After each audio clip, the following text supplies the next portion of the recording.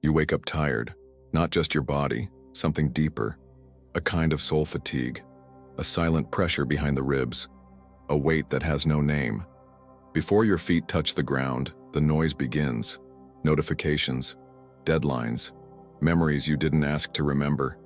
The world floods in, loud, urgent, demanding.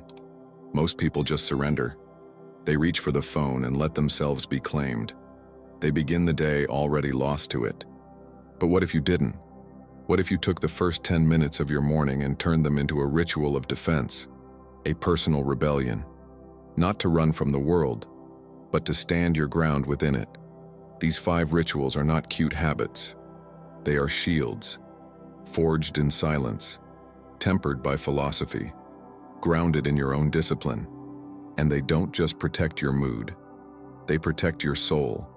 So before you scroll, before you speak, before you surrender, ask yourself, do you want to walk into today with armor or open wounds?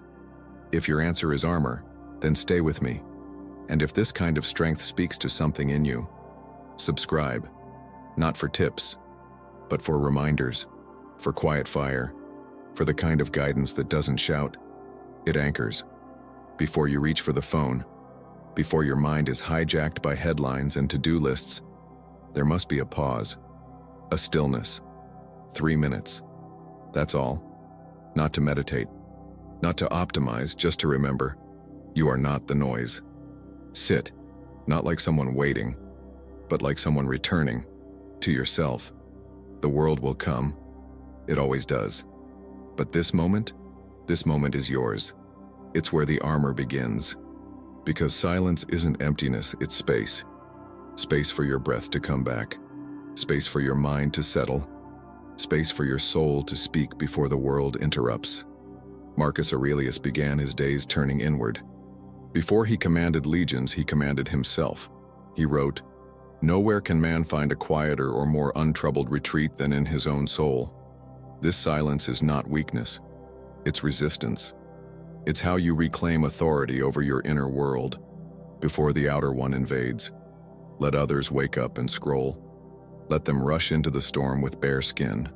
You sit, you breathe, and in that stillness, you become unshakable. The body speaks before the mind wakes. Tight shoulders, shallow breath, a clenched jaw you didn't notice until now. This is not just stiffness, it's memory. Your body remembers what your mind tried to forget. And that's why, before any words, before any thoughts, you move. Not fast, not for sweat, but slow, with presence, like someone unwrapping a fragile truth from within their own muscles. Stretch, walk, breathe into the corners of your body.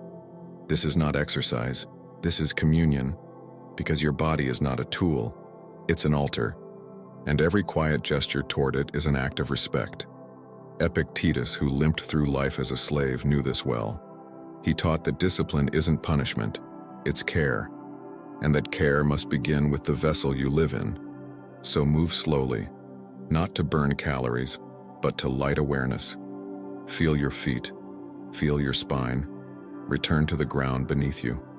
Before the day lifts you away, let your body become your anchor.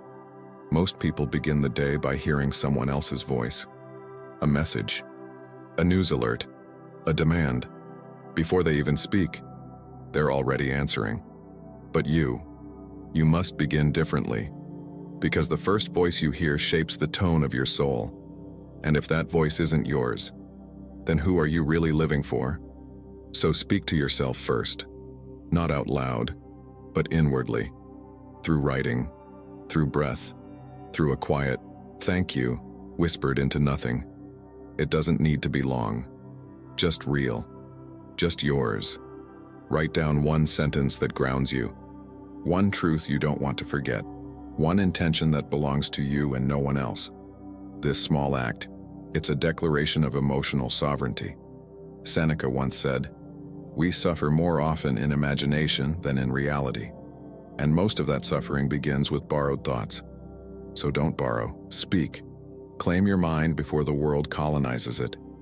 Let the first word of the day be born from within you, not downloaded from a screen.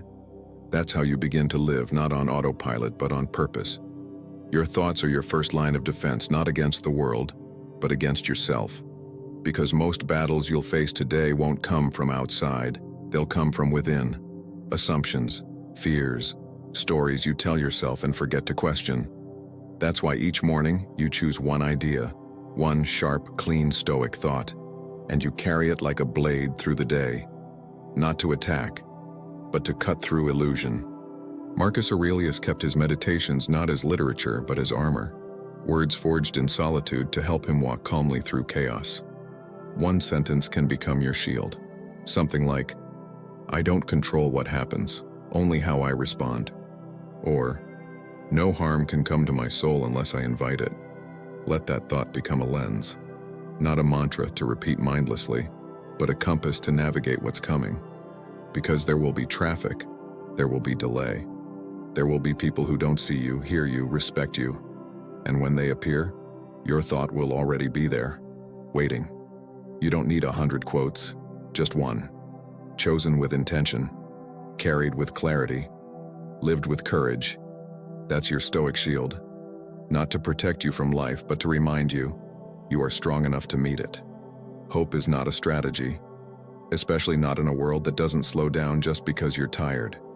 So don't hope for a smooth day. Prepare for a hard one. Close your eyes and imagine the worst. Not to suffer it early, but to face it early. In safety, in silence, in control. This is not pessimism.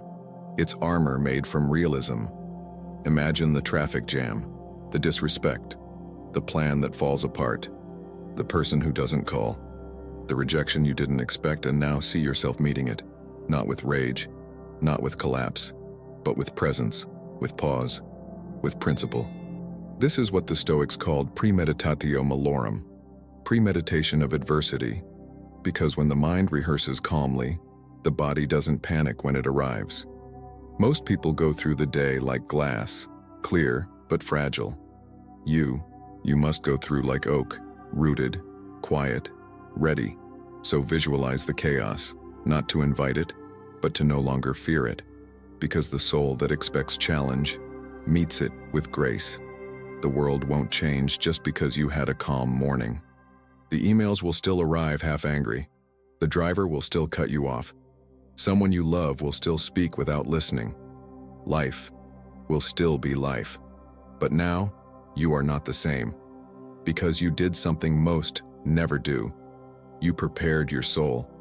Not with fantasy, not with denial, but with quiet strength. These 5 rituals, they don't promise a perfect day. They promise presence. They give you a center to return to when the storm begins to pull at your edges. And this is the secret. You're not shielding yourself from the world. You're shielding what is most sacred within you so that you can move through the world without losing it. You are no longer at the mercy of the mood of the day. You have a rhythm now, a philosophy in motion, a quiet fortress built from intention. And if even one of these rituals anchors you, then your morning was not small, it was sacred.